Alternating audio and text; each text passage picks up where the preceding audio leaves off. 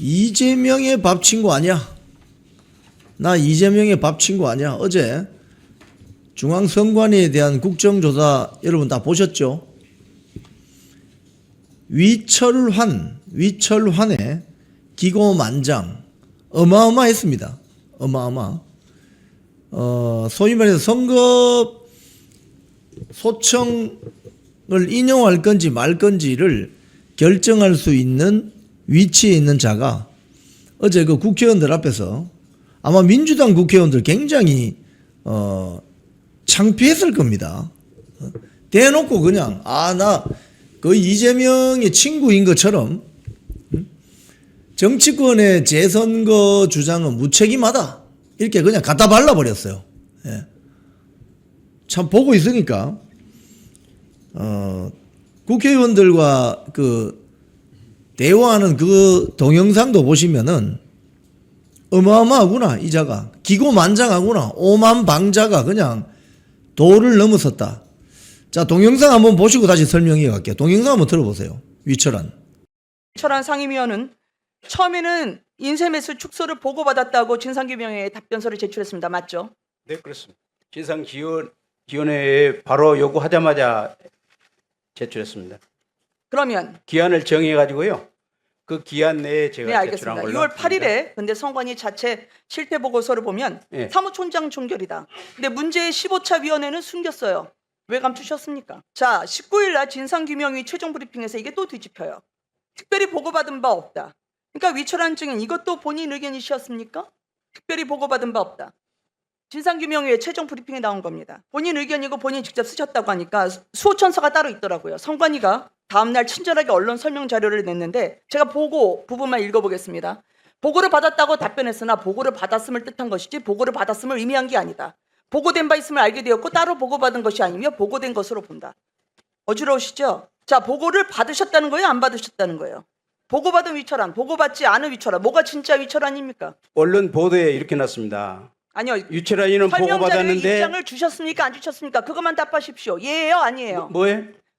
설명자료의 입장을 주셨습니까? 본인 입장을? 그러니까 그걸 지금 말씀드린 거 아닙니까? 아니, 그러니까 주셨어요? 안 주셨어요? 그 입장을 답 못하시면 왜 아닌 걸로 합니다. 자, 나중에 제가 설명 답변하겠습니다. 주십시오. 자, 그러면 질문했으면 답변 기회를 주십시오. 예 아니요 답변도 못하시죠. 뭐가 예 아니까 질문 본인 내용을 입장을 존냐고 답변하겠습니다. 물어봤지 않았습니까? 제 질문을 깎지 마시고요. 나중에 네. 한꺼번에 답변하십시오. 본인의 입장을 반영했으면 이렇게 모호한 언변으로 국민들의 눈을 속인 거고요. 그리고 입장을 주지 않으셨으면 선관위가 관심법도 아니고 어떻게 이렇게 합니까? 여러분 보셨습니까? 저는 뻔뻔하게 짝이 없는 국민들 앞에 서서 국민들의 대변인이라고 하는 국회의원들 앞에서 저렇게 오만방자, 기고만장. 기고만장이 뭡니까, 여러분? 기운이 하늘을 뚫을 듯이 올라간다 이 소리죠.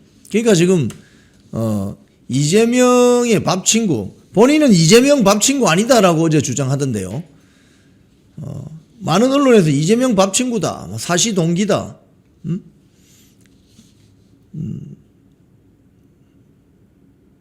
이런 사람에게 중앙선관위가 맡겨져 있습니다. 어제 보면은 김은혜 의원뿐만이 아니고 신동욱, 주진우 의원하고도 많은 의견 충돌을 빚었어요. 김은혜 의원이 뭐라고 합니까? 답변했습니까? 안 했습니까? 답을 못해요. 그러니까 전형적으로 위증을 피해가기 위해서 답변을 두루뭉술하게 하는 거죠. 저자가 변호사 출신입니다. 근데 어제 이런 멘트를 했습니다. 위철환이가 일반 시민단체나 국민들은 광장에서 재선거 이런 주장을 할 수 있는데 적어도 정치권에서는 재선거를 주장해서는 안 된다고 본다. 국민의힘 국회의원들 다 그냥 완전히 그냥 망신시킨 거죠. 이유는 이미 개표가 완료가 되었고 당선인이 발표된 마당에 그냥 재선거다 하는 것은 정말 무책임한 주장이다. 정치권이 무책임하다고 주장하기에 앞서서 선관위가 뭐 했는지를 이실 직고해야 될 거 아닙니까? 위철환! 그러면서 이런 이야기 합니다.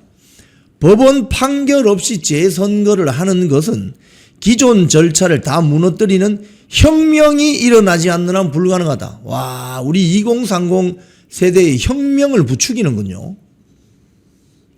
뻔뻔스런 자입니다, 이거. 국민혁명에 기름을 부어버린 위철한. 신동욱 의원은 이렇게 이야기했습니다. 진실규명도 안 됐는데, 이번 부정선거 이슈에 대해서 진실규명도 안 되었는데 정치권이 무책임하다고 말하면 되나 안 되나. 주진우 의원 이렇게 이야기했습니다.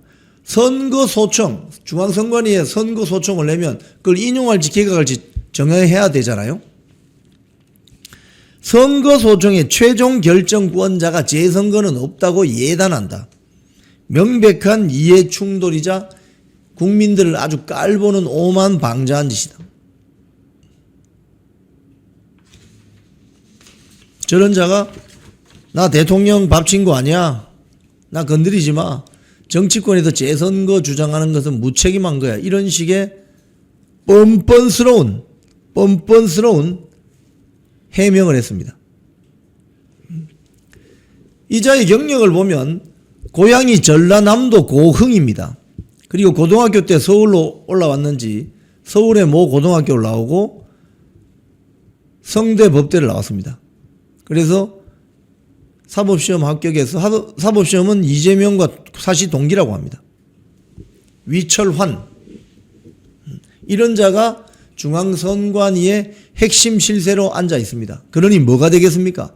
지금 잠실 핸드볼 경기장에 태극기 흔들면서 부정선거, 재선거, 당일 투표, 수개표, 백날 외쳐본들 이런 자가 앉아가지고 재선거는 무책임한 발언이다. 광장에 있는 사람들은 마음대로 떠들어라. 나는 모르겠다. 이거 아니에요, 지금. 해결할 의지가 전혀 없는 겁니다, 지금. 중앙선관위의 핵심 질세는 이번 사태를 해결할 의지도 없고 계획도 없고 능력도 없어요. 위철환이 어제 국정조사 오후에 이 발언을 취소했다고 합니다. 발언 취소하면 뭐 기록이 사라집니까? 뻔뻔하기 짝이 없는 짓이죠, 이게. 이런 자들이 중앙선관위에 차고 앉아 있으니 뭐가 되겠습니까, 뭐가. 자기들이 지금 이번에 저지른 짓에 대해서는 이실직고 하지 않으면서 정치권이 무책임하다고 이야기하면 그게 앞뒤가 맞는 말이에요, 그게. 참 절망적입니다. 제가 봤을 때는 거의 나라가 망한 수준이다, 이게. 이렇게 부패하고 자기 할 일을 하지 않으면서 모든 책임은 국민들에게 떠넘기는 이런 위정자들이 정부기관 곳곳에 자리 차고 앉아서 우리들이 내는 혈세를 가지고 월급 받아 먹으면서 이 나라가 거의 망했다.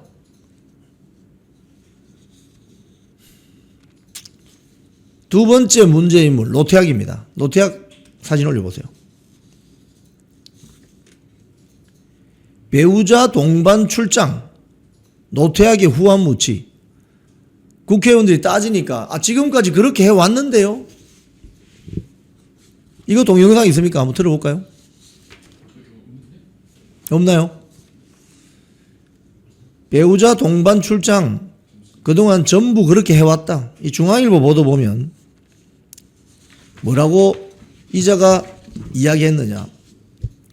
주진우 국민의힘 의원이 부부 동반으로 해외 출장 간 것에 대해서 국민들이 굉장히 분노하고 있다. 배우자가 와이프가 선거 관련 전문성이 있느냐 물었습니다. 그런 건 없다. 근데 왜 따라가요, 거기?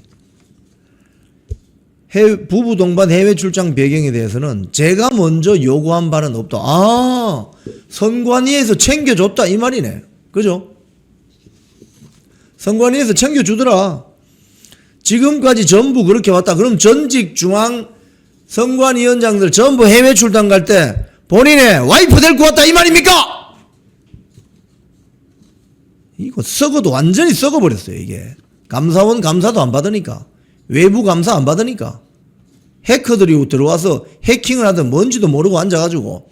그럼 그동안 중앙선관위원장 전부 해외, 북유럽, 풍경 좋은 데 갈 때, 몰디브 해외 유황지 갈 때, 와이프 다 데리고 왔습니까?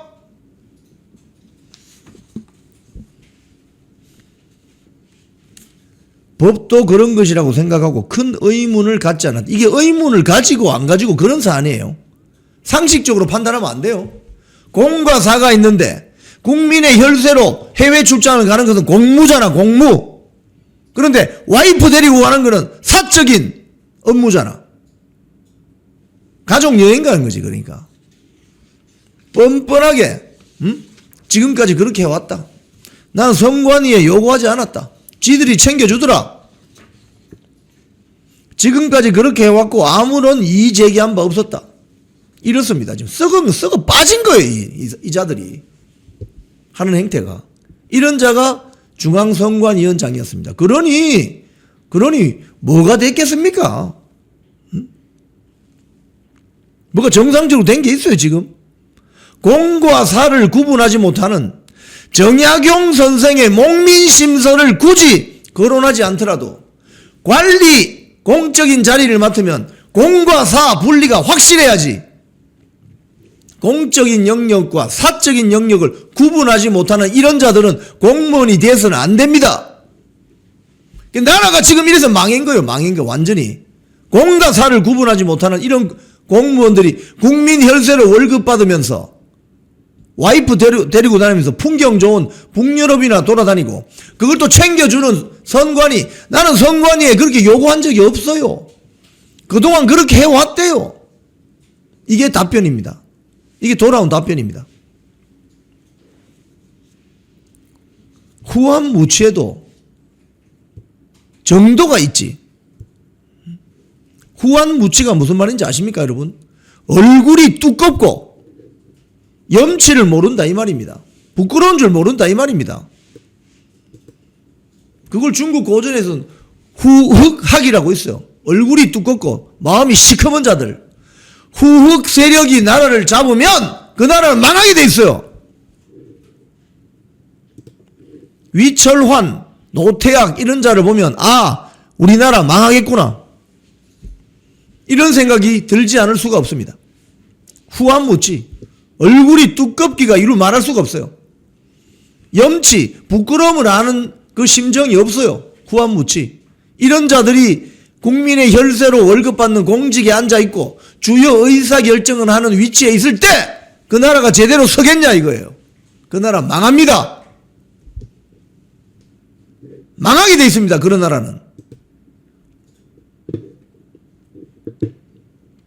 나라가 거의 망했어요. 지금 보고 있으면.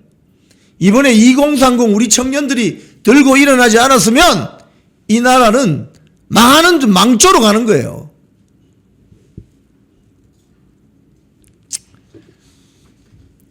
노태악이의 망은 하나 더 보시죠. 투표지 축소 인쇄했는데 회의를 주제에 놓고 뭐라고 하느냐. 기억이 안 납니다. 완전 오리발입니다. 오늘 동아일보 보도 보면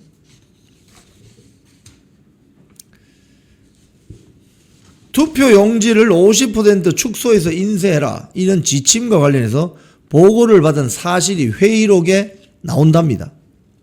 지난 11월 24일 선관위 회의록에 투표용지 축소 인쇄 지침이 안건으로 포함되어 있었다고 합니다. 이 회의록도 선관위가 헌법기구 독립성 어쩌고 저쩌고 헛소리 치면서 제출 안 하다가 여야 국회의원들이 고래고래 질책이 이어지자 뒤늦게 회의록을 제출했다고 합니다. 그 회의록에는 지침과 즉 투표용지 50% 축소 인쇄 지침이 들어있었다는 거예요. 노태악이는 이 회의록이 공개된 이후에도 보고받은 사실이 기억나지 않는다라고 이야기합니다. 그런데 당시 회의에 참석했던 남래진이라는 선관위원은 기억한다.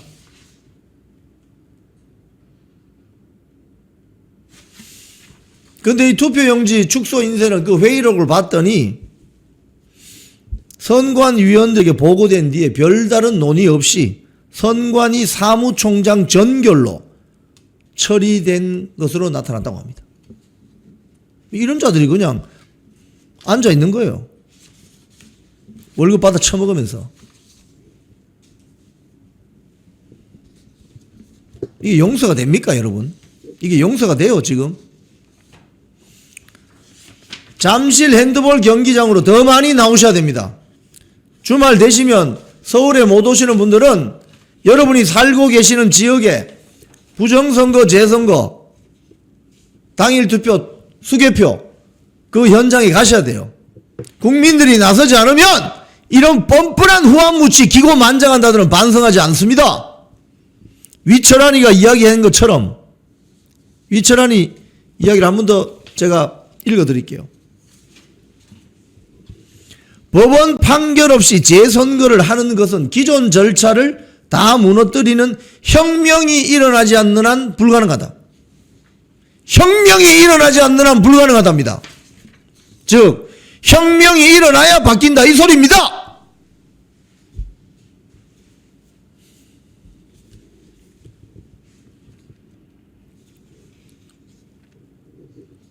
한심한 자들입니다.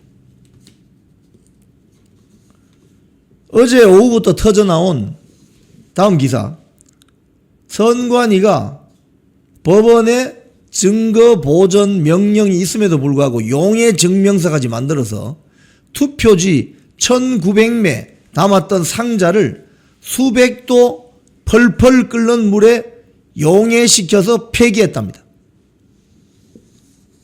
이건 제가 어젯밤 방송에서도 말씀드렸기 때문에 상세하게 더 설명드리지 않겠습니다만은 송파구 선관위가 법원에 증거보전 명령이 가는데도 불구하고 7.4톤에 달하는 어마어마한 인쇄물들을 전부 폐기물 처리업체에 맡겼고 거기에서 펄펄 끓는 물에 다 집어넣어서 그냥 분해시켜버렸다고 합니다.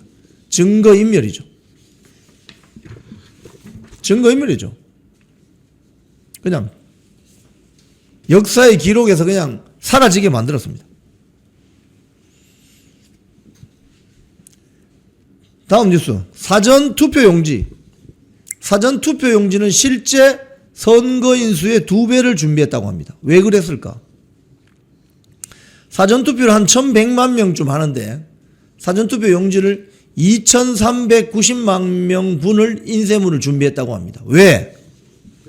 사전투표용지는 이렇게 많이 준비했는데 왜 본투표용지는 왜 지급 안 했어? 본투표용지가 부족한 게 아니고 지급을 안 한 거 아닙니까? 미지급이죠. 그래서 무슨 쇼핑복에 들고 들어오는 CCTV가 어제 공개됐잖아요. 한심한 거지 그러니까. 에? 한심한 거예요. 어제 김은혜 의원이 이걸 따져서 물었습니다. 총 2390만 명이 투표할 수 있는 분량의 사전투표 용지를 준비했다.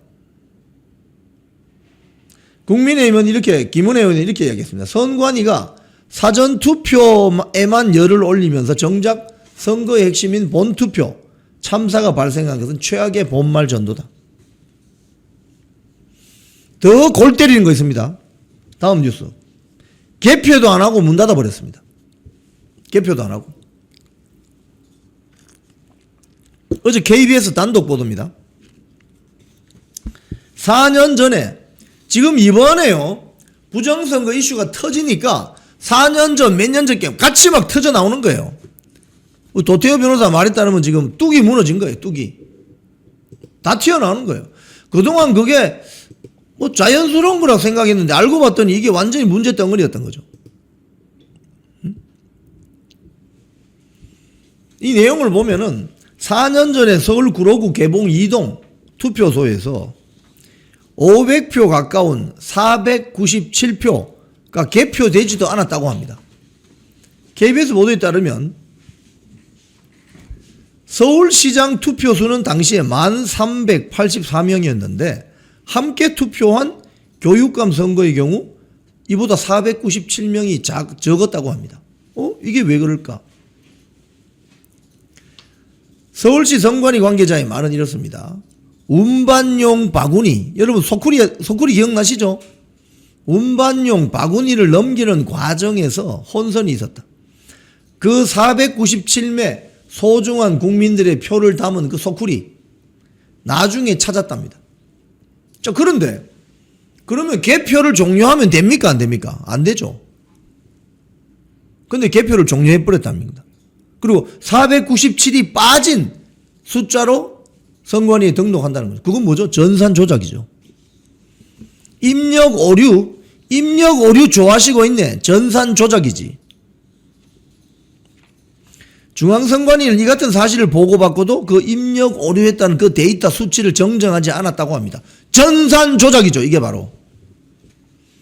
서울시 선관위 관계자 변명입니다. 논의 결과 당락에는 영향이 없고, 당락에 영향이 없다는 것을 선관위가 왜 판단합니까? 그걸 왜 판단해요, 선관위가? 선관위는 몇 명이 투표해서 몇 명이 찬성, 몇 명이 반대, 몇 명이 1번, 몇 명이 2번, 몇 명이 3번. 투표수가 부족하다면 찾아야지. 그럼 개표를 종료하면 안 되지. 이러니 나경님 말씀이 맞습니다. 하나만한 투표예요, 이게. 우리가 그동안 대한민국 자유민주주의 체제의 근간을 지탱해 왔던 선거제도가 이렇게 개판이었다는 겁니다. 하나만한 투표라는 거예요, 이게. 내가 찍으면 뭐하냐? 카운팅도 안 해주는데. 내 표가 어디로 갔는지, 소쿠리에 담겨 있는지 쳐다보지도 않는데. 이런 투표를 왜 하냐 이거예요, 이런 투표를.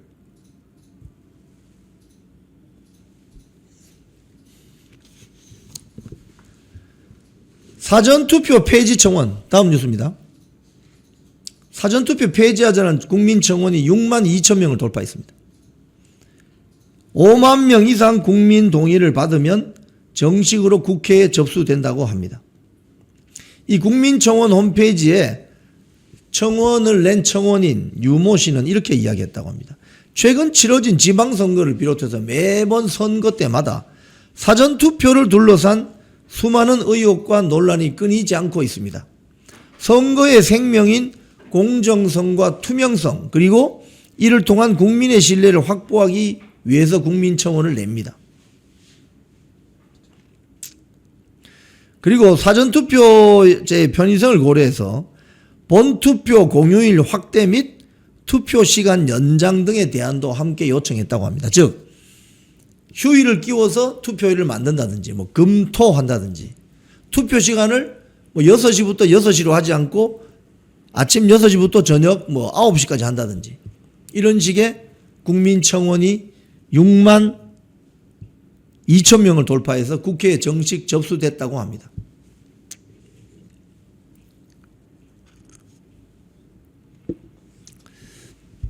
이번 선관위의 이런 행태를 보면 이건 참을 수 없는 거죠.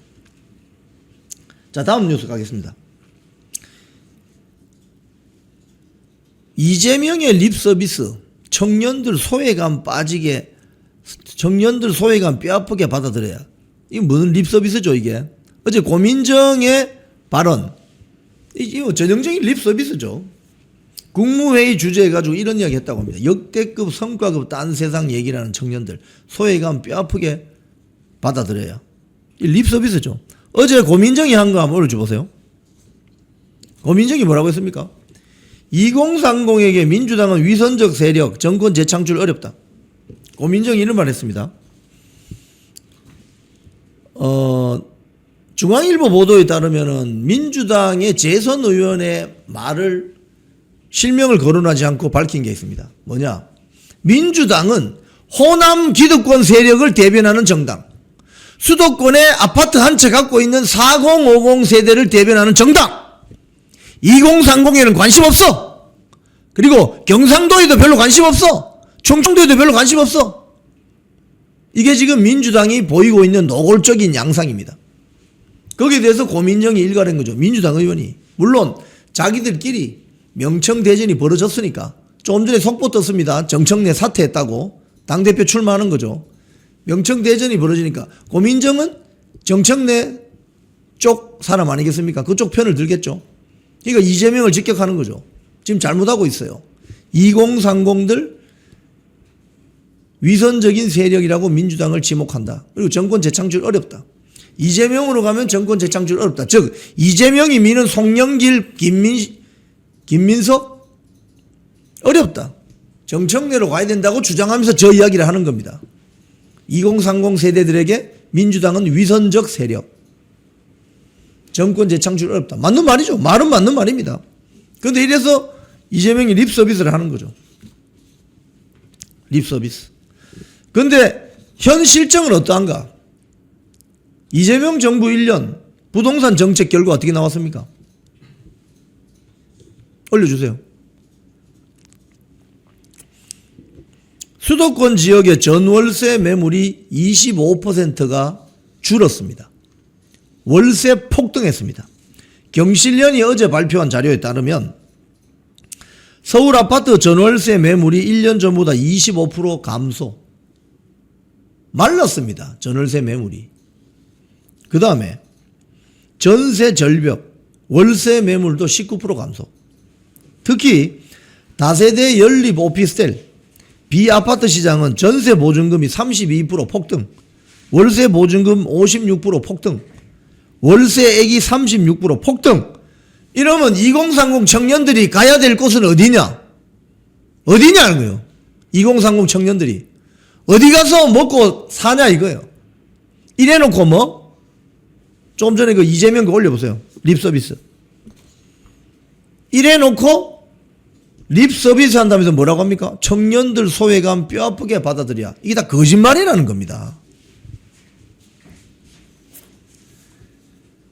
그 다음 삼성전자 하이닉스 전라도로 가나? 이재명 정권 닭다리인가? 이 기사가 오늘 쫙 났습니다. 삼성전자와 SK 하이닉스가 전라도에 수백조 원 투자할 것 같답니다.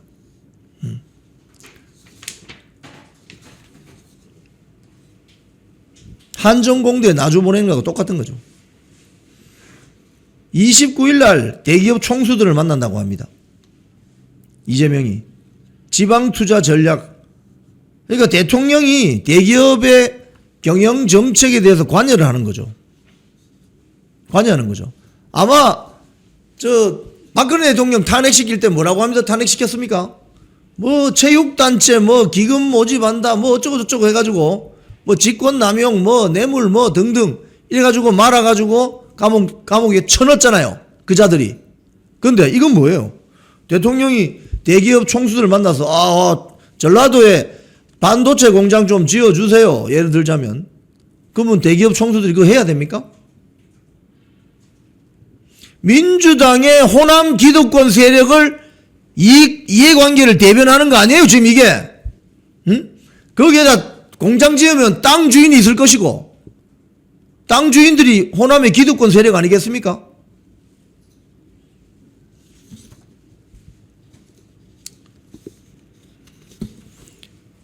최근에 아주 부적절 인사 세 사람 소개합니다. 부적절 인사 3인방. 1번 박지영 전 특검보. 박지영 전 검사는 최근 내란 사건 특별검사팀에 있었던 특검보입니다. 근데 실컷 정치 보복한다는 비판받는 특검 해놓고 청와대 비서관으로 들어가면 됩니까 안 됩니까? 아 저기 가려고 그랬나? 저기 가려고 칼춤 췄나?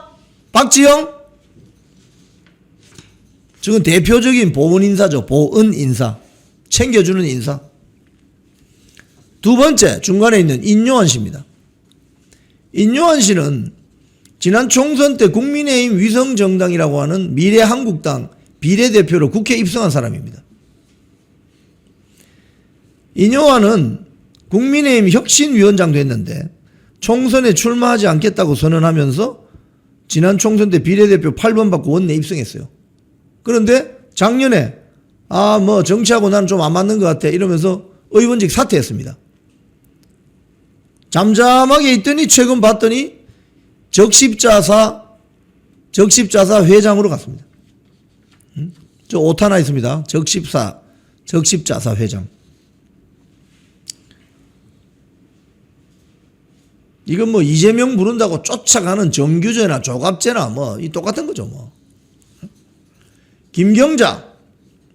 김경자는 청와대 사회수석으로 며칠 전 기용된 사람인데 이 자는 이석기 내란 사건 수사를 반대했고 사드 배치를 반대한 사람입니다. 민노총 부위원장 출신. 이런 사람들을 다 박아 넣어놨습니다. 아주 부적절한 인사들이죠. 부적절한 인사 3인방입니다. 네, 오늘 뉴스 브리핑 마지막 아이템. 일본 최고재판소, 우리 요즘 대법원이죠. 일본의 대법원이 통일교에 대해서 해산 명령을 확정했습니다. 일본의 아사히 신문 등에 따르면 일본 최고재판소, 우리 요즘 대법원입니다. 가정연합이라고 부르는군요. 예통일교, 세계평화통일가정연합. 예통일교의 해산을 명령한 도쿄 고등재판소 판결을 유지하면서 가정연합이 된 특별 항고를 기각했다고 합니다. 재판관 4명이 전원 합의로 같은 의견을 냈다고 합니다. 일본 최고재판소인 일본 대법원이 민법상의 불법 행위로 종교법인을 해산한 것은 이번이 처음이라고 합니다. 지방법원인 도쿄지방재판소가 지난해 3월 예통일교에 대해서 해산을 명령했는데 당시 헌금 피해를 본 사람이 1,500명을 넘고 피해액이 204억엔, 우리 돈으로 약 1,944억 원이라고 합니다. 이 일본의 가정연합이 세간의 주목을 끈 것은 아베 신조 전 일본 총리가 총격당해서 숨지는 그 현장에서 나왔습니다. 2022년 4년 전이네요. 2022년 7월 아베 신조 일본 수상이 어느 지방도시에 가서 연설을 하는데 뒤쪽에서 총기를 든 청년이 총기를 발사했습니다. 그래서 아베 신조 총리가 피습당해서 숨졌죠. 그런데 그 범행 동기가 이 청년이 야마가미 데스야라는 사람인데 범행 동기로 예통일교가 자신의 어머니에게 부당한 헌금을 계속 요구해서 가정 파탄이 났다, 이렇게 주장했습니다. 그래서 문부과학성이 2023년 10월에 예통일교, 일본의 예통일교에 대한 해산 명령을 청구했다는 겁니다. 청산 절차는 이미 시작됐다고 합니다. 일본의 통일교는 이제 민법상 해산된 겁니다. 자, 이 대목에서 하나 물어보겠습니다. 전재수 까르띠에 시계 뇌물 2천만 원, 지금 경찰이 불기소 처분 내렸나요? 그럼 일본 같은 경우는 일본 대법원이 결정해서 통일교에 대한 해산 명령이 확정이 됐는데 대한민국은 까르띠에 시계 그 수사합니까? 전재수는 부산시장 되어버렸는데. 일본과 한국에서 벌어지는 이런 극명한 대비를 이루는 이 사건, 여러분 어떻게 보십니까? 나라가 망할 때는 후한무치하고 파렴치한 자들이 공직에 앉아 있습니다. 그래서 나라가 망하는 것입니다. 조선이 왜 망했습니까? 일본 제국주의 침략도 있었지만 조선의 관리들이 부패하기 짝이 없었잖아요. 이모군란이 생각 안 나십니까? 90군대 군인들에게 월급을 줘야 되는데 쌀로 월급 주는데 쌀 안에 뭐가 들어있었어요? 모래가 들어있었습니다.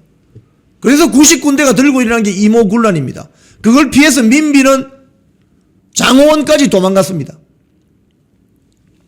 거기 갔다가 무속인 한 명 데리고 와서 지금 덕수궁 앞에 있는 대한문 앞에서 매일 한 개 굿이었습니다. 구판을 벌였습니다. 그러다가 나라가 망했어요. 그러자 고종임금은 어디로 도망갔습니까? 아관 파천, 러시아 다른 나라 대사관으로 도망갔습니다. 그러니까 나라가 망하지. 나라가 거의 망했다고 봐야 되는 거예요. 지금 오늘 위철한, 이 파렴치한 위철한, 한 번 더 사진 띄워주세요. 1번 클립. 이재명의 밥친구라고 불리는 위철한, 나 이재명 밥친구 아니야? 나 이재명보다 나이가 한두 살 많아. 응? 이 뻔뻔하게. 그러면서 정치권에 대해서 뭐라고 했습니까? 정치권 재선거 주장은 무책임해. 니들 국회의원들 조용히 해. 이런 후한무치하고 기고만장 떠는 이런 자들이 선관위 핵심으로 앉아있으니 뭐가 되겠습니까?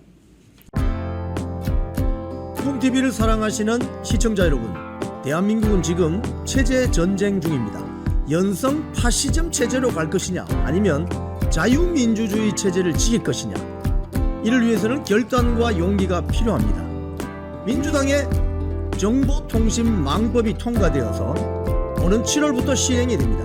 이렇게 되면 언론 자유 훼손은 물론이고 자유우파 유튜버들의 산업 생태계에 심각한 지장이 예상됩니다. 여러분, 어떻게 해야 되겠습니까? 여러분들의 도움이 필요합니다. 여러분들이 우잘사 회원에 가입하셔서 대한민국 체제전쟁에 승리하고 국민의힘 장동혁 지도부를 지켜내고 정보통신망법을 비롯한 언론 자유를 심각하게 훼손하는 여당발 공세에 대응해 주시기 바랍니다. 우잘사 회원 많이 가입하셔서 함께 가는 여정을 만들어 갑시다. 감사합니다.